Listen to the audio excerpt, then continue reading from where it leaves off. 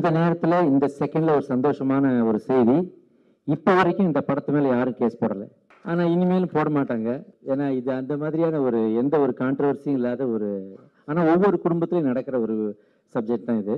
இந்த பாலக்காட்டு மாதவன் படத்தை பொறுத்த வரைக்கும் நான் இதோடைய இசை வெளியீட்டு விழாவுக்காக அழைத்த பொழுது எனக்கு ரொம்ப சென்டிமெண்டான 2 விஷயங்கள் நடந்தது. ஒன்று அப்போ பேசும்போது சொன்னார், இது பட்ஜெட் படம், ஒரே பொக்கையை 4ஆக பிரித்து கொடுத்துட்டாங்க, 8ஆக பிரிச்சுக்கணும். அதெல்லாம் இல்லை, உண்மையில் ஆக்சுவலாக இது கொஞ்சம் செலவு இழுத்த படமாக ஆயிடுச்சு. யூஸ்வலாக பட்ஜெட்டாக ஆரம்பித்தாங்க.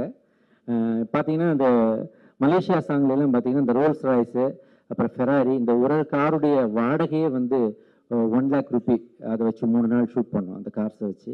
அது மாதிரி லொக்கேஷன்ஸ் எல்லாமே முதல்ல ஃப்ரீன்னு சொல்லி கூப்பிட்டு போய் எல்லாத்துக்கும் காசு வாங்கினாங்க. இப்போ மலேசியாவிலேருந்து டத்தோ ஆண்டனிலாம் வந்திருக்காரு.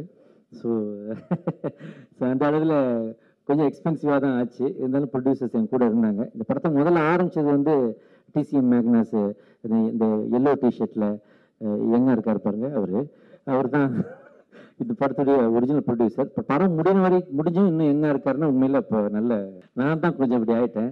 இன்னும் தப்பாக எடுத்துக்காதீங்க. இது காஷ்மாரா அப்படின்ற ஒரு படத்தில் கார்த்தியோட அப்பாவாக நடிக்கணும்னு சொன்னாங்க. என்னென்னமோ போட்டு பார்த்தாங்க. எனக்கு அந்த ஒரு ஓல்டு லுக் வர மாட்டேன்னு அடப்பிடிச்சிருச்சு. ஸோ அதனால் அப்படியே விடுங்க, கொஞ்ச நாளைக்கு கலர் போடாமல் விட்டா அப்பாவாயிடுவேன் அப்படின்னு சொல்லி விட்டேன். அதுதான் இப்போ இப்படி இருக்கு, வேற ஒன்றும் இல்லை. அப்புறம் சொன்னாங்க, இந்த காலத்து பசங்க வெட்டரன்ஸை இல்லாட்டி சீனியர்ஸை மதிக்கிறது இல்லை அப்படின்னா பொதுவாக ஒரு குற்றச்சாட்டு உண்டு. ஆனால் நான் ஒன்று சொல்கிறேன். இப்போ பத்திரிகைகளின் பதிவுக்காக, ஊடகங்களின் பதிவுக்காக ஒரு விஷயத்த சொல்கிறேன்.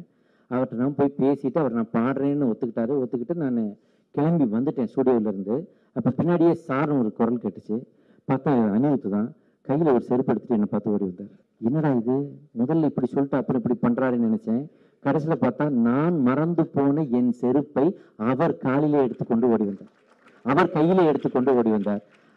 அந்த ஒரு பணிவு, அந்த ஆட்டிடியூடை nothing can give that. Only அவருடைய வளர்ப்பும் அவர் இருக்கின்ற சூழ்நிலையும் அவருக்கு ஒரு நல்ல ஒரு குணத்தை அவருக்கு கொடுத்துருக்கு. That's his greatness. இப்படிப்பட்டவங்க எவ்வளவு உயர்ந்தாலும் தன்னுடைய நிலைமையிலிருந்து சறுக்க மாட்டார்கள், தன்னுடைய குணநலனை பாதுகாத்துக் கொள்வார்கள் அப்படின்னு. ஏன்னா பெருக்கத்தில் வேண்டுமாம் அடக்கம்னார், மெல்லத்தனே மலர் நீட்டம் மாந்தற்கு உள்ளத்தனே உயர்வுனாரு வள்ளுவர். ஸோ அவருடைய உள்ளத்துக்கு ஏற்ற போது அவருக்கு உயர்வும் இன்னும் வந்து கொண்டே இருக்கும் அப்படின்றத இந்த இடத்துல நான் சொல்ல விரும்புகிறேன். அப்புறம் சிவகார்த்திகேயன், சரி, ஒருத்தர் ரிலீஸ் பண்ணுவார், ஒருத்தர் வாங்குவார். அப்போ வாங்குறதுக்கு அனிருத்து இருக்காரு, யார் ரிலீஸ் பண்ணுறது ஆடியோ வாங்கும்போது நான் சொன்னேன், இன்னைக்கு ஒரு காமெடியனாக டிவியில் ஸ்டார்ட் பண்ணி ஒரு காம்பியராக ஸ்டார்ட் பண்ணி அதுக்கப்புறம் இன்னைக்கு ஒரு பெரிய ஹீரோக்களின் தர வரிசையில் அமரக்கூடிய அளவுக்கு உயர்ந்திருக்கிற சிவகார்த்திகேயனை நாம் ஏன் கூப்பிடக்கூடாது?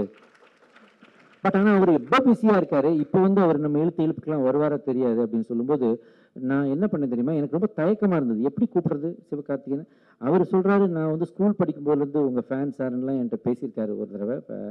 பட் இவரை நான் எப்படி அணுகிறது, எப்படி கேட்குறது எனக்கு தெரியல. அப்போ நான் என்ன பண்ணேன், செல்ஃபோனில் ஒரு டெக்ஸ்ட் தான் வச்சேன். சிவா, இந்த மாதிரி என்னோட பாலக்காட்டு மாதவன் இசை வெளியீட்டு விழா இருக்குது, ட்ரெய்லர் வெளியீட்டு விழா இருக்குது, அதுக்கு நீங்கள் வர முடியுமா, நீங்கள் அதை வெளியிட முடியுமான்னு கேட்டேன். அவர் உடனே லைனில் வந்தார். அவர் பேசி, என்ன சார் இப்படி சொல்லிட்டீங்க, நான் உங்கள் ஃபேன் சார், நான் உங்களுக்கு பண்ணி கொடுக்குறேன்னு சொன்னார். That is his greatness. பொதுவாக அவர் ஃபோன் பண்ண எடுக்க மாட்டேங்காரு அப்படின்ற குற்றச்சாட்டை உடைத்து விட்டார் சிவகார்த்திகேயன். ஸோ அந்த அளவில் ரொம்ப சந்தோஷமாக இருந்தது. அதே மாதிரி சொன்ன டைமுக்கு அவங்க ஷூட்டிங்கை விட்டு எனக்காக இந்த ப்ரோக்ராம் பண்ணி கொடுத்துருக்காங்க. அதுவும் அனிருத்து பார்த்தா அவர்லாம் நடுநிசி நாயகன் அப்படின்ற ஒரு பட்டத்தை அனிருத்து கொடுக்கலாம். ஏன்னா இவங்க எல்லாம், இந்த பசங்கள்லாம் இந்த ராத்திரி தூங்கவே மாட்டேங்கிறாங்க. காலையில் 6 மணிக்கு தான் தூங்குறாங்க, அப்புறம் 4 மணிக்கு இதுக்கு சாயந்தரம் 4 மணிலேருந்து ஒர்க் பண்ணுறாங்க. இவங்களுடைய டைமிங்ஸ் அட்ஜஸ்ட் பண்ணி நம்ம வாழ்றது ரொம்ப கஷ்டமாக இருக்குது. அவங்கள போய் கண்டுபிடிச்சி தேடி இன்விடேஷன் கொடுக்குறதோ வைக்கிறதோ ரொம்ப கஷ்டமாக இருக்குது. இன்னைக்கு காலையில் 6 o'clock வரை கூட ஒரு ரெக்கார்டிங் பண்ணிவிட்டு அப்படியே நேராக எனக்கு 2 hours கேப்பில் இந்த நிகழ்ச்சிக்கு வந்திருக்கார். அதெல்லாம் இன்னும் பலத்த கைத்தட்டிலே கொடுக்கலாம். That's is greatness. அப்புறம் இந்த படத்தோட இசையமைப்பு நீங்கள் பார்த்தீங்க, ரொம்ப நல்லா ஒரு ஒர்க் பண்ணி கொஞ்சம் உட்காரணும். ஸ்ரீகாந்த் தேவா ஒரு சுரங்கம், அதுகிட்ட உட்கார்ந்து நோண்டி எடுக்கணும். அப்படியே விட்டுட்டாக்கி எஸ்கேப் ஆயிடுவார். டக்குன்னு இதே போட்டு சார், ஆஹா, வெற்றி வெற்றி வெற்றி, பிரமாதம் வந்துருச்சு, சார் கிளம்ப அப்புறம் பார்த்துங்க, அப்புறம் போட்டோஸில் பார்க்க சொல்றேன், அடுத்த போட்டோஸ் யாரு அப்படின்ட்டு போயிடுவாரு. நான் சொல்றேன் எல்லார்ட்டையும், ஸ்ரீகாந்த் தேவா கண்டிப்பா அவங்க படங்கள்ல போடுங்க இசையமைப்பாளர், ஆனா கூடவே இருந்து புடங்குங்க டியூன். இது வேணும் இது வேணும்னு கேட்டா அப்புறம் பார்த்தா அவர் இதுல ஒரு மெலடி போட்டிருக்காரு, ரெண்டு மெலடி சாங் போட்டிருக்காரு. இன்னொரு மெலடி சாங் வந்து நாங்க ஷூட் பண்ணல, ஆனா ஆடியோல இருக்கு. ரொம்ப எக்ஸ்ட்ராடனரி மெலடி ஒன்று போட்டிருக்காரு. அதே மாதிரி அம்மாவுக்கு ஷீலா அம்மாவுக்காக வேண்டி அவர் போட்ட அந்த பாட்டு வந்து சூப்பர் டியூன், சூப்பர் மெலடி, அதெல்லாம் நல்லா பண்ண. பட் எனக்கு இந்த இந்த இந்த சாங்க்கு வேற, அவர் முதல்ல சொன்ன மாதிரி வேற 6/8 அது. ஸோ அந்த பீட் தான் போட்டு வச்சிருந்தாரு. நான் தான் போய் இல்லைங்க எல்லாருமே கானா பாட்டு இல்லாட்டி பார் பாட்டுனாக்க இந்த அடி தான் அடிக்கிறாங்க, எனக்கு வேற வேணும் அப்படின்னு சொல்லி போராடி வாங்கின பீட் தான் அந்த பீட். அது ரொம்ப டிஃப்ரெண்ட்டாக அமைஞ்சிருக்கு. அது மாதிரி மலேசியா சாங்க்கும் ரொம்ப நாள் உட்காந்து போராடி அதை பிடிச்சோம். ஸோ எல்லாமே வந்து இன்னைக்கு இவ்வளோ நல்லா வந்திருக்கு. ஆர்ஆரும் இந்த படத்தோட ஆர்ஆர் வந்து நிச்சயமா பேசப்படும்.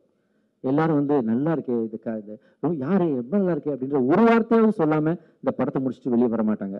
அந்த அளவுக்கு ஸ்ரீகாந்த் தேவா இதற்காக மெனக்கிட்டு இருக்கிறார். ஸோ அவர் அவ்வளவு மெனக்கிட்டு அந்த சைஸ்ல இருக்காரு, அது வேற விஷயம். இருந்தாலும் அவர் உழைத்தார், பிசிக்கல் எஃபர்ட்டை போட்டு இதுக்காக அவர் கஷ்டப்பட்டார். ரொம்ப நல்லா வந்திருக்கு. ரொம்ப மெயினா சொல்ல வேண்டியது என் ரைட்டர் ராஜ்கோபால் சார். இந்த படம் அவருக்கு 100வது படமா அமைஞ்சிருக்குன்னு எனக்கே தெரியாது சார். நீங்க இப்ப சொல்லிதான் எனக்கு தெரியும். எனக்கு ரொம்ப சந்தோஷம். ஒரு பெரிய லெஜெண்ட் நீங்க. எத்தனை படங்கள், எத்தனை கவுண்டமணி செந்திலுடைய காமெடி எழுதியிருக்கீங்க. எனக்கே வந்து குனிஞ்சு பார்க்கறதுக்காக குரக்கடையில் பார்க்கான்னு ஒரு படத்துல சொல்லுவேன். ஏன்டா என்ன குனிஞ்சு பார்க்கலன்னு கேட்பேன். அவன் சொல்லுவேன் குனிஞ்சு பார்க்கறதுக்கு நீங்க குரக்கடையில் பார்க்கான்னு கேட்பான். அது மாதிரியான ரொம்ப சிந்திக்கக்கூடிய காமெடியும் பண்ணியிருக்காரு. எக்ஸ்ட்ரானரி காமெடி எல்லாம் பண்ணியிருக்கீங்க சார். உங்களுக்கு இது ஒரு எழுத்தாளர் வந்து 100 படம் தாண்டுறது இன்னைக்கு பெரிய விஷயம், ரொம்ப கஷ்டம். ஆனா இன்னைக்கு வந்து இவர் வந்து 100 படங்கள் தாண்டி 100 படம் தாண்டி போயிட்டு இருக்கா இருக்கும்போது இட்ஸ் கிரேட்னஸ் சார். ஒரு எழுத்தாளர், தமிழ் சினிமாவில் அதிக மரியாதையும் சம்பளமும் கிடைக்காத ஒரு இலாக்கா ஒன்று உண்டென்றால் அது எழுத்தாளர்கள் தான். கதை சொல்லிகளுக்குத்தான் காசு கிடைப்பது இல்லை, கதை சொல்லிகளுக்குத்தான் அவர்களுக்கான கௌரவம் கிடைப்பதில்லை. அது கிடைச்சிருக்குது இந்த மேடையில. அதை நாங்கள் உங்களை கௌரவப்படுத்தணும். நீங்களும் அதை 100 படம் சொல்லி பெருமைப்பட்டீங்க, எனக்கு ரொம்ப பெரிய சந்தோஷம் சார். ஷீலா அம்மா அவங்க பேசும்போது என் பேரை சொல்ல மறந்துருக்கலாம், ஏன்னா அவங்க வந்து ஜென்ரலாக ஒரு சென்டிமெண்ட்டாக பேசிட்டு போகிறாங்க. பட் அவங்க இந்த படத்தில் நீங்கள் பாருங்கள், அவங்க ஆக்டிங் பார்க்கணும். என்ன இருந்தாலும் அவங்க வந்து அந்த வெட்டரன், அவங்க எத்தனை விதமான பழங்கள்னு கொட்டையை போட்டதுன்னு சொல்லுவாங்க இல்லையா தமிழில், ஒரு பழமொழி இருக்குது. அது என்ன சொல்கிறதுன்னு தெரியல. அவங்க இந்த படத்தில் ஒரு கேரக்டர் பண்ணியிருக்காங்க. ஒரு அந்த அம்மாவை நான் தத்தெடுத்து வீட்டில் வச்சுக்கிட்டு நான் படுற பாடு இருக்கு, அதுதான் அவங்க பண்ணியிருக்காங்க. ஹியூமரும் பண்ணியிருக்காங்க, சென்டிமெண்ட்டாக கிளைமாக்ஸில் அளவும் வச்சுருக்காங்க. கிரேட். ஷீலா அம்மா வந்து இந்த படத்தில் இருக்கிறது எங்களுக்கு ஒரு பெரிய சப்போர்ட்மா நீங்கள் பண்ணியிருக்கேன். சோனியா அகர்வால் எனக்கு என்ன பெரிய சந்தோஷம்னா, காமெடின்னு கூட சிவகார்த்திகனுடைய ஆரம்ப காலங்களில் அவரு இதை அனுபவிச்சிருப்பாரு. ஒரு காமெடி லுக்கு, காமெடி ஆட்டிடியூடில் இருக்க ஒருத்தருக்கு வந்து ஒரு ஹீரோயின் கிடைக்கிறது வந்து ரொம்ப கஷ்டம். வரவே மாட்டாங்க, ஏதாவது காரணம் சொல்லி தப்பிச்சுக்குவாங்க. ஆனால் அடுத்தாப்புல பேட்டி கொடுக்கும்போது மட்டும் எப்படி உங்கள் ஹஸ்பண்ட் இருக்குன்னு கேட்டாக்க சென்ஸ் ஆஃப் ஹியூமர் உள்ளவங்களா இருந்தால் நல்லாயிருக்கும். எல்லா மாடல்ஸும் ஹீரோயின்ஸும் சொல்றது தான், my husband should be sense of humour, நல்லா என்னை சிரிக்க வைக்கணும் அப்படிம்பாங்க. நீங்க தொழிலே சிரிக்க வைக்கிறதா, எங்களெல்லாம் கவனிங்க, அவ்வளோதான் சொல்லுவேன். நல்லா கவனிங்க. எங்க தொழில் we are professional laughter makers. சிரிப்புக்கு ஃபேக்டரிஸ் நாங்கள்லாம். சிரிக்க வைக்கிறதா எங்களுக்கு தொழில், வேறு எதுவுமே கிடையாது. ஆனால் சோனியா அகர்வால் வந்து இந்த கதையை கேட்டுட்டு அவங்க வந்து ரொம்ப தாராள மனசோட இந்த படத்தில் நடிச்சு கொடுத்துருக்காங்க. பத்திரிகைகளுக்கு ஒரு சின்ன ஸ்கூப் கொடுக்குறேன். இதில் வந்து அவங்க இடுப்பை நான் கிள்ற மாதிரி சில சீன்ஸ்லாம் படத்தில் வருது. நான் ரொம்ப தயங்கினேன். அப்போ அவங்க சொன்னாங்க, இது நடிப்பு தானே, கவலைப்படாதீங்க, இது இந்த ஏரியா உங்கள் ஏரியான்னு சொல்லி விட்டு கொடுத்தாங்க. தமிழனை பற்றி இவனுக்கு தெரியாதா, கோடு போட்டாலே ரோடு போடுவான். ஏதோ என்னால் முடிஞ்சதை நானும் படத்தில், பட் எல்லாமே ஒரு டீசென்ட் லெவலில், குடும்பத்தோடு பார்க்குற லெவலில், அந்த ஒரு மீட்டருக்குள்ளே இருக்கிற மாதிரி தான் இருந்துச்சு. சந்திரமோகன் ஒரு நல்ல கதையை எடுத்துகிட்டு வந்தார்.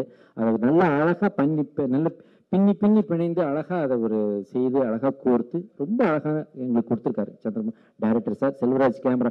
அதாவது இன்னைக்கு படமும் எடுக்கணும், அதை ஃபாஸ்டாகவும் எடுக்கணும், அதை நேர்த்தியாகவும் எடுக்கணும்னா நீங்கள் போக வேண்டிய ஒரே கேமராமேன் KS செல்வராஜ் தான். அவர் தான் அதை பண்ணக்கூடிய. ஏன்னா அவர் எந்த காலத்துல இருந்து இருக்காருங்கிறீங்க, தமிழ் சினிமா ஆரம்பிச்சதுல இருந்து இருக்காரு. இப்போ கொஞ்சம் ஒரு மாதிரி பேண்ட் டிஷர்ட் ஜீன்ஸ்லாம் போட்டு முடியலாம் ஒரு செட் பண்ணி ஒரு பேர் செட்டு டிபார்ட்மெண்ட்டே நடந்திருக்கு, அதெல்லாம் உங்களுக்கு தெரிய வேண்டியதில்லை. பட் அவருடைய பிளட்டே நடிப்பு தான். முதல்ல சிவாஜி இதுதானே TMS பாடிய முதல் பாடல் டிஎம்எஸ் தமிழ் சினிமாவில் எவ்வளவு பெரிய லெஜெண்ட் உங்களுக்கு தெரியும். டிஎம்எஸ் சார் பாடின முதல் பாடலுக்கே குரலசைத்து பாடியது அவங்க அப்பா தான். இதுக்கு தட்டலானா எதுக்கு தட்ட போறோம்? ஸோ அந்த மாதிரி ஒரு கலை குடும்பத்தில் வந்தவர் இன்னைக்கு கேமராவை கையில வச்சிருக்காரு. என்னென்ன லேட்டஸ்ட் டெக்னாலஜி வருதோ அதுக்கு தன்னை அப்டேட் பண்ணிக்கிறாரு. அதான் பெரிய விஷயம். இவர் காலத்துல கேமராமேன்கள் பல பேர் காணாமல் போயிருக்கலாம். கால வெள்ளம் அவர்களை அடித்து சென்று விடும். எப்பவுமே காலம் யாருக்காகவும் இருக்காது. இன்னைக்கு லேட்டஸ்ட் யார்? அவன் தான் சினிமா. இசையில நம்ம பார்க்காத லெஜெண்ட்ஸா? ஜி கே ராமநாதன் சார்ல இருந்து, சுப்பையா நாயுடுல இருந்து, எம்.எஸ். விஸ்வநாதன் இருந்து, கே.வி. மகாதேவன்ல இருந்து, இளையராஜாவில இருந்து, ஏ.ஆர். ரஹ்மான் இருந்து விதவிதமான லெஜெண்ட்ஸ், கிரேட் பெரிய பெரிய எக்ஸ்போனன்ட்ஸ் பார்த்தது தமிழ் சினிமா. ஆனா இன்னைக்கு நாம அனிருத்தை வைத்து கொண்டாடி கொண்டிருக்கிறோம் அல்லவா? இன்னைக்கு யூத்தோட பல்ஸ் யாரு? அனிருத் அல்லவா? ஆனா அதை பெரிய மனோட ஒத்துக்கொண்டு, ஆமா சார் ரொம்ப நல்லா பண்றாரு சார் சொல்ற மனசு வேறு யாருக்கு வரும்? ஸ்ரீகாந்த் தேவாவுக்கு தான் வரும். அந்த ஈகோ இல்லாம வந்து வச்சு பாட வச்சு அதை சந்தோஷமா அனுபவிச்சாரு. அனுபவித்து பாடுறத சந்தோஷமா அனுபவிச்சு பண்ணாரு. ஸோ இந்த மாதிரி ஒரு ஆட்டிடியூட் இருந்தா சினிமா நல்லா இருக்கும். படம் ஆர்த்தி வந்து இந்த படத்துல வந்து நல்ல காமெடி பண்ணிட்டு வந்து கடைசியில கிளைமாக்ஸுக்கு பெரிய குண்டு வச்சுட்டு போயிடுவாங்க. ஒரு குடும்பத்துக்கு குண்டு வச்ச கேரக்டர் அவங்க. அதனாலதான் அவங்களே அது மாதிரி இருக்காங்க. வரும்போது தண்ணி பாட்டில் தடிக்க விழுந்துட்டாங்க. யாரும் தப்பா எழுதுறாங்க. ஆர்த்தி தண்ணினால் விழுந்து விட்டார்னு எழுதாதீங்க. ஸோ அவங்க சூப்பர் ஆக்டர்ஸ், சூப்பர் ஆக்டர். அவங்க வந்து இந்த படத்துல பின்னி பெடல் எடுத்திருக்காங்க. இன்னும் சுபாஷினி பண்ணியிருக்காங்க. இன்னும் நிறைய ஆர்டிஸ்ட், இந்த மொட்டை ராஜேந்திரன் சார் அப்படின்னு சொல்லிட்டு கடைசி வரைக்கும் வரவே இல்லை. அவர் ரொம்ப நல்லா பண்ணியிருக்காரு. அவர் ஒரு பாட்டிலையும் யூஸ் பண்ணியிருக்கோம். அது போக அவர் வந்து அம்மாவை நான் தத்தெடுத்திருக்க அம்மாவை எங்க வீட்டுக்குள்ள வந்து அவர் தத்தெடுக்கிற ஒரு சீன் இருக்குது இந்த படத்துல. அந்த சீன் தேட்டரே உருளும். அந்த மாதிரி அவர் பண்ணியிருக்கிறாரு. எல்லாருமே மிக நன்றாக பண்ணியிருக்காரு. பாண்டு அண்ணாவும் ரொம்ப நல்ல கேரக்டர் பண்ணியிருக்காரு. நிறைய காமெடியன்ஸ் எனக்காக இந்த படத்துக்காக வந்து பண்ணி கொடுத்தாங்க. எல்லாவற்றுக்கும் மேல்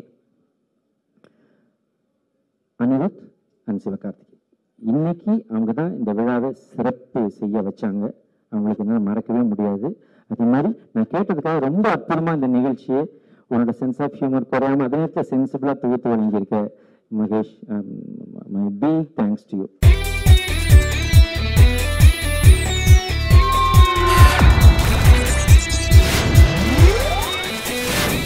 Cine Ulagam, Anytime Cinema, www.cineulagam.com